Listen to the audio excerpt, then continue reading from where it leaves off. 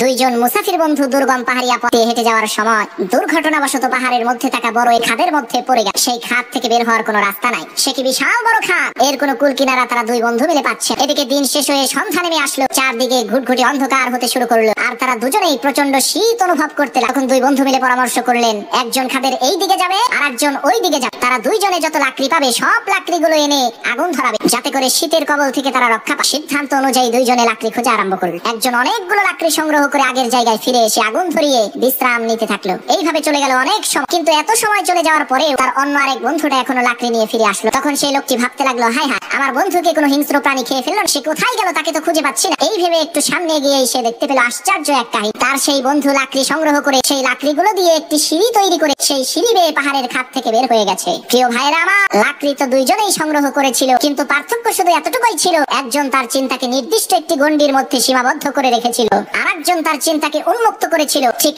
একইভাবে আপনি সহ এই দুনিয়ার সমস্ত মানুষেরা একদিনে মোট 24 ঘন্টাই সময় পায়। আসল কথা হলো এই 24 ঘন্টা সময় আপনি কিভাবে ব্যয় করবেন তার উপরে নির্ভর করবে আপনার ভবিষ্যৎ।